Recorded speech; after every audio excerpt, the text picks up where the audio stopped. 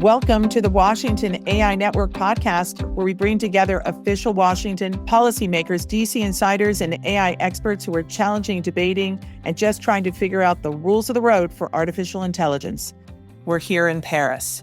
At the incredible Station F, my special guest is Bouverot, who's President Macron's Special Envoy for AI. And we're so glad to have you here. Thanks for inviting us. Thank you for coming. And we're only 2 months away from the AI Action Summit. You're the bravest woman in AI. You're bringing the whole world together. Yes. Tell us how it's going and what the plan is. Well, we're really looking forward to the AI Action Summit. We're looking to more people like you coming, and actually we have a great list of people who have already confirmed and people saying, I didn't get my invitation yet. So we really like this. The summit will be held at the Grand Palais. We're really lucky that with the Olympics, we had lots of beautiful buildings that were renovated. So we're going to be using the Grand Palais, and we'll also be using a couple of other locations in Paris, such as Station F. Well, tell us about Station F, because I see AWS, Google, Apple, OpenAI. I'm sorry, but I don't ever remember these companies being in the same place. Wonderful. This is the largest startup incubator in Paris, in France, I think pretty much in Europe. So it's an old building. It was like a factory or something that has been completely renovated and is now available for startups. So you also see lots of other names of, you see the Mistrals, you see, I look at Takara, Snowflake. I mean, everyone is here from all around the world. Well, it's interesting because at first blush, you would not think that France is the place for an AI Action Summit to bring the whole world together. But they are coming together for you. What has been the reaction from countries? And then I want to talk about the companies. But let's start with countries first. Well, there's a tradition in France of bringing a number of stakeholders, really a multi-stakeholder type open summits or meetings. This is something that France has been doing for a number of years. And in terms of AI, this is really something that governments react quite positively to. I was going to say in particular, but actually a lot of countries in the world are saying AI is happening. It's arriving very, very fast. It's going to have a transformative impact. How can I and my country, how can we have a local ecosystem to develop AI for our own needs, for our culture, for our people? And therefore, they're really, really keen to come and have discussions about that. They don't want to be just AI takers and for others to be AI givers. They want to be part of the conversation, of the development. They want to have their own people be part of it. And so that's why we'll have fascinating discussions in February. Well, it's very interesting because one of your objectives is to make sure that all countries are represented, all people are represented, as you consider what should be done in AI today. How is that going to happen at the summit? So we've invited, I think, over 95 heads of states from countries in the global north, the global south, Asia, Americas, Europe, Africa, Oceania. So we've invited broadly in terms of heads of states. We've also invited broadly in terms of companies. Of course, lots of great companies in the US, lots of great companies in France and in Europe, but lots of great companies around the world as well. We've also invited researchers. We'll talk about the science days. I know you want to ask me about that. And also civil society, NGOs, artists. So we really have this global ecosystem of AI coming together to discuss what we collectively want AI to be. There are risks, there are opportunities. That's why we're calling it an action summit. We want to mitigate the risks. We want to lean into the opportunities and focus on the commons of AI, the things that we want to build together. Well, since you took this role, brave woman that you are, AI has completely changed. Yes. So how has that changed your plans? So it's changed in many ways. I mean, I think everyone saw already a year ago. I mean, it's been 2 years since ChatGPT. We have lots of other companies, services that have been launched since then. Incredible discoveries, but we've seen maybe a little less of this. This is science fiction, I really don't understand it, and a bit more of, I can see the concrete impacts on my life. And that's really what we're going to try and show at the summit, concrete applications of AI in real life, in particular health, education, climate, and climate is another area where we've seen a big change. This huge energy demands, this race to place long-term contracts to have enough energy for enough data centers, that race to the bigger is better, that's also something that we've seen. It's interesting in the U.S. because there's finally conversation about nuclear power, which I know France has been ahead for years and all that. Are you guys looking at the U.S. saying, okay, now you guys finally get it? Oh, no, we're not arrogant at all. We're looking at the world and we're really trying to have the conversation around the energy needs on carbon-free energy. So clearly, nuclear is something that enables carbon-free electricity, but also renewable energy. And we're going to focus in terms of AI and climate, which wasn't a subject of discussion a year ago. No, there's no conversation about climate. There's no conversation about equity. There's conversation about potential harms, but only in the larger sense. But your plan is to actually focus more specifically on those issues. Completely.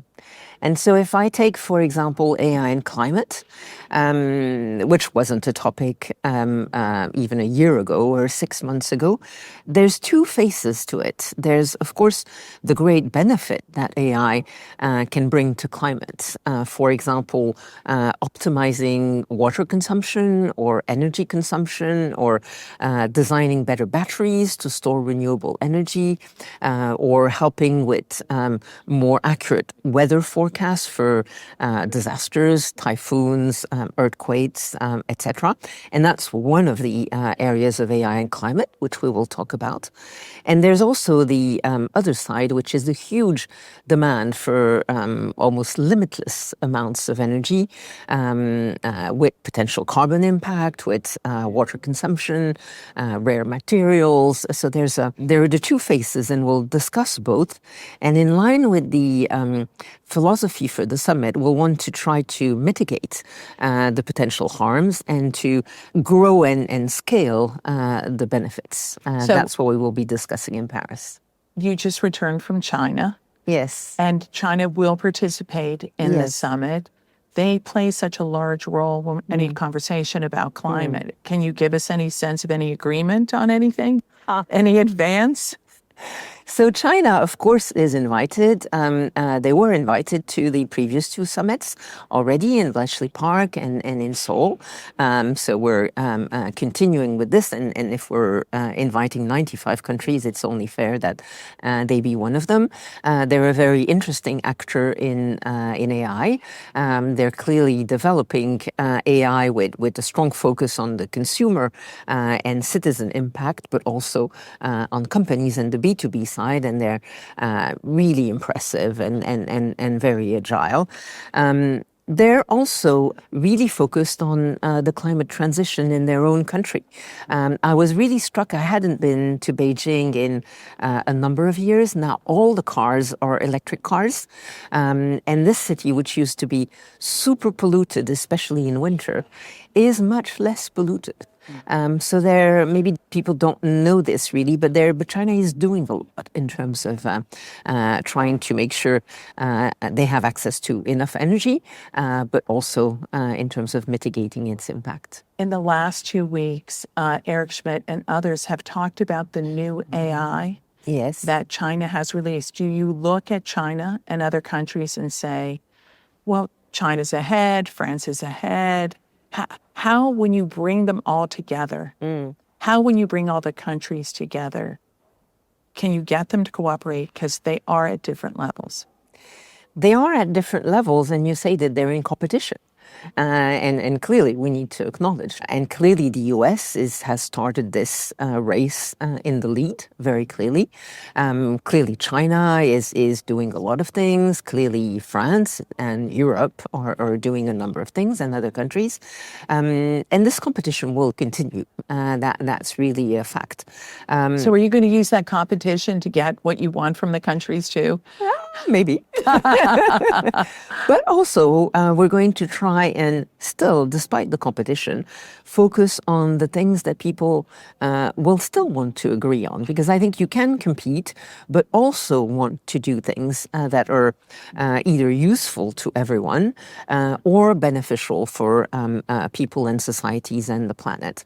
And we're discussing both. So we're discussing what are the things that can help everyone, interoperability in standards, in application of regulations, because there's a number of local, regional, voluntary, compulsory regulations. How can we focus on making things easier, more seamless? And there's a lot of conversations on that.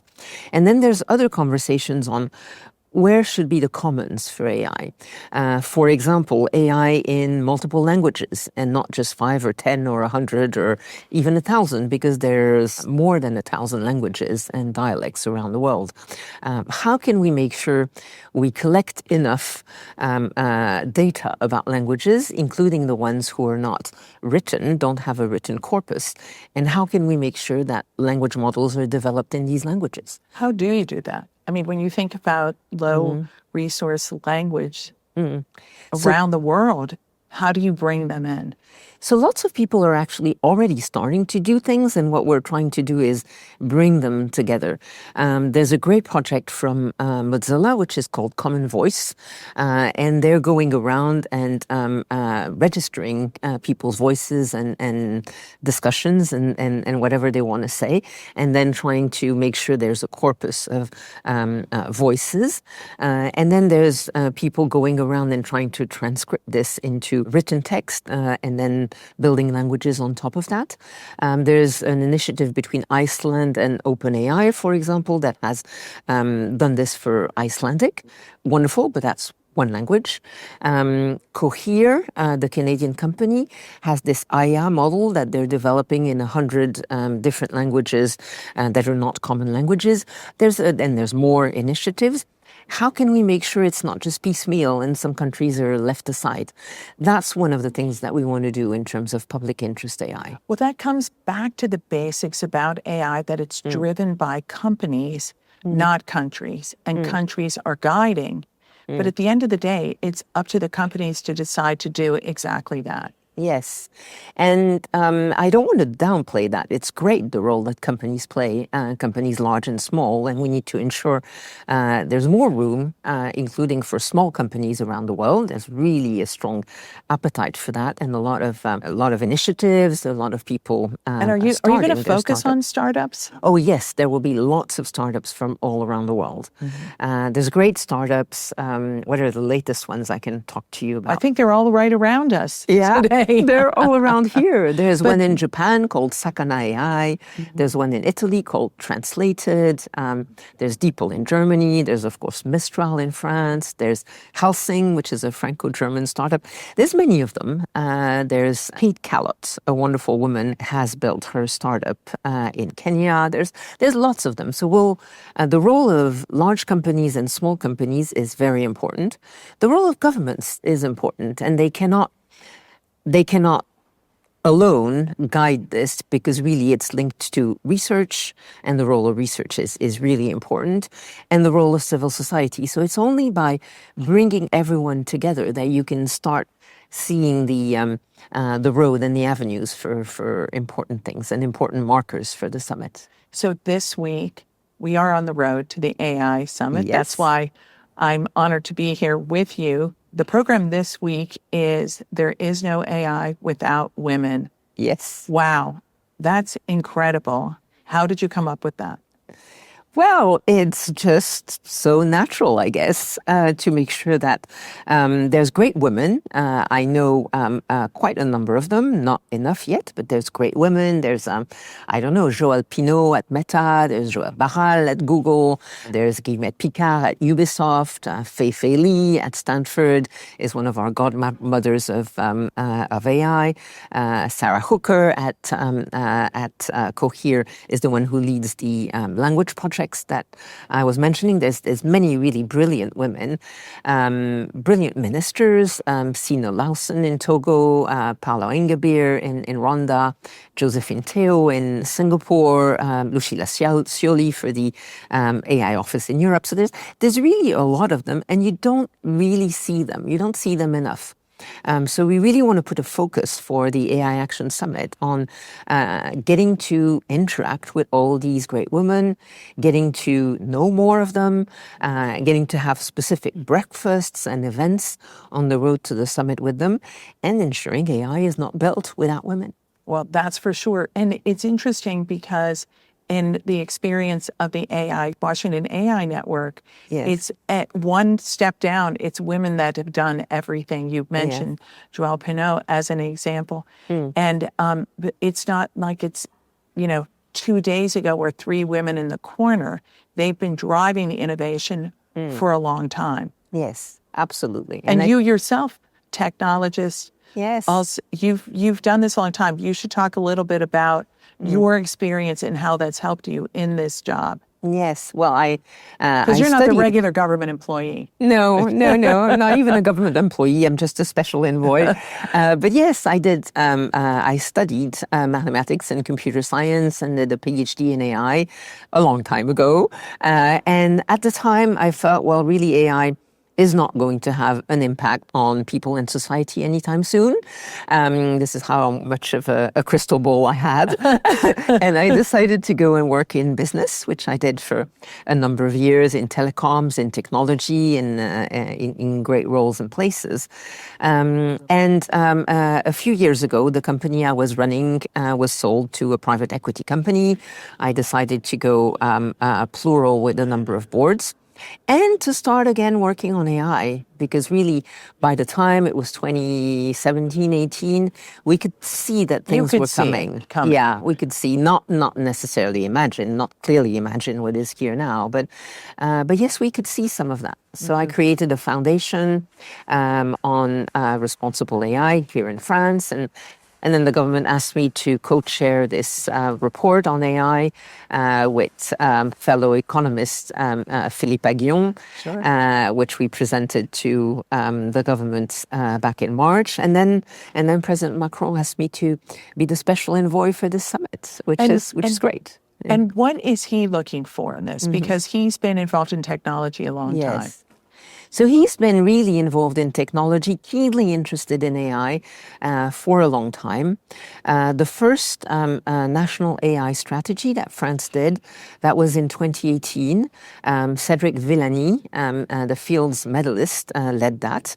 And this is something that already interested President Macron very much at the time.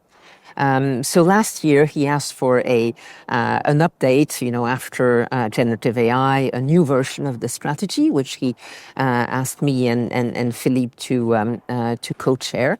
And then he said he was really keen to host this summit in the tradition of other summits that he has organized, like, for example, the One Planet Summit or others. And one of the biggest concerns around the world is the impact on jobs because of AI. Is that something you're going to address? Of course. So the future of work is really something that all governments, all citizens are asking questions about. And of course, it's a little bit of an unknown because AI is just the latest generation in its more recent years. We can, however, remember that the advance of personal computers or the arrival of PowerPoint or other tools like this actually have not lessened in the workforce. They've had an impact and there's been changes, but we don't have like a huge rise in unemployment around the world. And this is what economists are saying, the ones that are starting to study the impact of AI on work, is that yes, there are some jobs that are disappearing, and clearly in television, maybe dubbing for films and automatic generation of subtitles and lightning. Those are jobs that technology can do and take. But there are lots of new jobs. Like data scientists, cybersecurity, prompt engineers, etc. And in the middle, there's lots of jobs. It's the middle, but it's the wide middle, maybe 70–80% of the jobs that are changing, with some of the more administrative tasks that maybe, well, and maybe not the most interesting, that are disappearing, and an opportunity to focus more on creativity. More people will be able to create their own films, to produce digital art, to do different things. So we'll discuss this at the summit, and we'll discuss it on the basis of scientific consensus from economists as well to start with. It's fascinating that you're going to spend 2 days. You're going to begin with 2 days on science for the summit. Now 6 days. I'd like you to walk through that entire week. Yes, and you're absolutely right. We're starting with science, which I think is absolutely appropriate for AI, because AI really starts with science. It's discoveries from researchers, research teams that make all the things that we're seeing possible. And we've even seen that, of course, there's no Nobel Prizes for mathematics or computer science, and even less AI, but we've just seen 2 Nobel Prizes, one on physics and one on chemistry, dedicated to AI. So science is really where we begin. We believe we need to ground discussions on scientific consensus, on evidence, on facts. So we will start with 2 days on AI and science. And that's to advocate for trust too, right? Because you're really beginning with trust if you're beginning with science. That exactly. This will be based on the consensus from researchers on everything, and therefore to build trust. So impact of AI on science, consensus of economists, consensus of trust on with a safety report being presented. That will be on the 6th and 7th of February, the Thursday and Friday. It will be hosted by the University of Saclay of Polytechnique. We'll then continue, of course, this is Paris, yes? Right. So we'll continue with culture. We'll have a weekend of AI and creation, with both artists being able to showcase what AI enables them to do, or what they've been able to create with AI. Any type of arts, really, that's completely open. We'll have some of it at the National Library, which is just next door. We'll have it across Paris in the various landmarks. And we'll also have discussions, some of the more difficult discussions between artists saying, this is copyright, this is artist rights, how do I get remunerated, how can I opt out? We'll have these discussions at the weekend. And then we'll have the summit itself on 10th and 11th of February. On the 10th, at the Grand Palais, it will be a multi-stakeholder day with lots of parallel tracks, lots of discussions on all the topics around AI. And on the 11th, in the morning, still at the Grand Palais, leaders-only session hosted by President Macron, after a wonderful dinner at Élysée for them the night before. In parallel, actually, I forgot that, a wonderful party, the official party, will be on the 10th in the evening for everyone. And on the 11th, there'll also be in parallel a business forum here at Station F, and an AI and democracy event at Normal Sup in the wonderful building in the 5th, and a number of other side events. So it will be a week, it will be a whole week where everyone in AI is invited to Paris. Okay, so in America, we have a new president coming in. Yes. It's only a few weeks after President Trump takes office. You've invited him? So, of course, we've invited, as I've said, 95 heads of states. Great. Of course, the U.S. is invited and its head of state. And no word yet if he's attending. And we don't know yet. He hasn't taken office. He can't officially say. So he can't officially. He can't officially accept. Okay, and he's coming for the Notre Dame event at the end of the week. Incredible. Incredible. So he also has a new best buddy who's a leader in AI, Elon Musk. Have you invited him? First of all, do you know Elon Musk? I don't know him personally, but he clearly leads a very interesting AI company, XAI. And as head of this company, he has been invited even before the elections. And he has played a critical role in AI. Even his dispute, frankly, with OpenAI has brought more people into the conversation about AI. Do you expect he'll be a good, strong partner on this? Well, we don't know. We wait to hear from him. For sure. And then you've got Sam Altman, Tim Cook, Sundar Pichai, all the stars of the U.S. technology companies. Yes. Are they invited as well? Of course. Of course. It's interesting now, 6 months later, to see how the general public is talking about AI, incorporating it through a variety of companies, whether you're talking about OpenAI, Perplexity, you name the company. We've got Tim Cook here in the U.S. We've got Sundar Pichai, Sam Altman, all the stars of these technology companies. Clearly, you've invited them to the summit. Are they attending? So we're starting to get answers on the invites that we've sent. We very much hope that all of them will be able to come. If they're not able to come, I'm sure there's great women in their teams that they can send.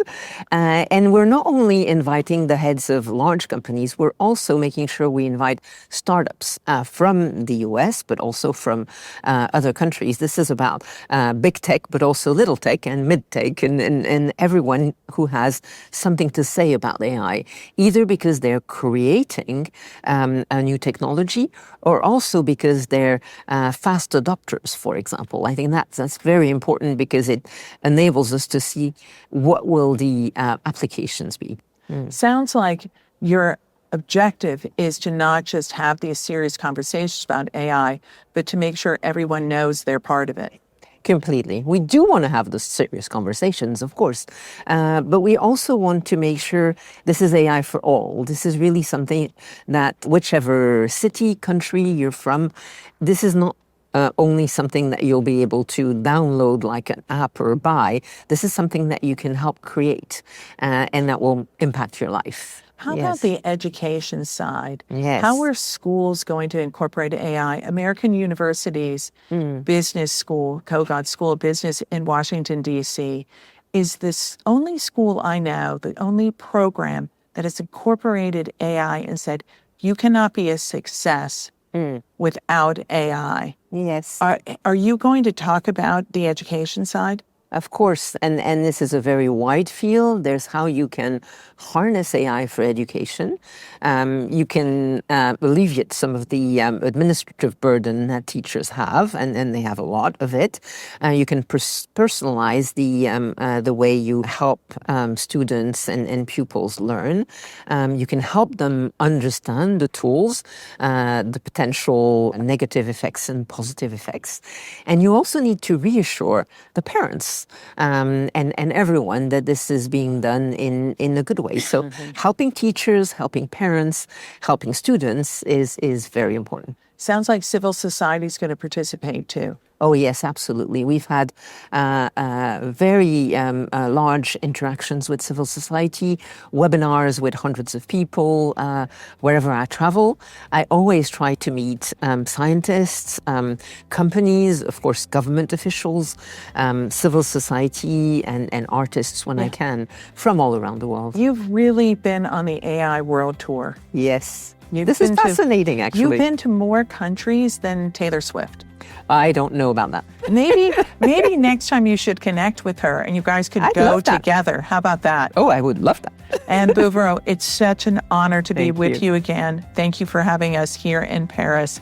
And we look forward to seeing you in February. I look forward to seeing you in February too. Thank you. Thank you. Thank you for listening to the Washington AI Network podcast. Be sure to subscribe and join the conversation. The Washington AI Network is a bipartisan forum bringing together the top leaders and industry experts to discuss the biggest opportunities and the greatest challenges around AI. The Washington AI Network podcast is produced and recorded by Haddad Media. Thanks for listening.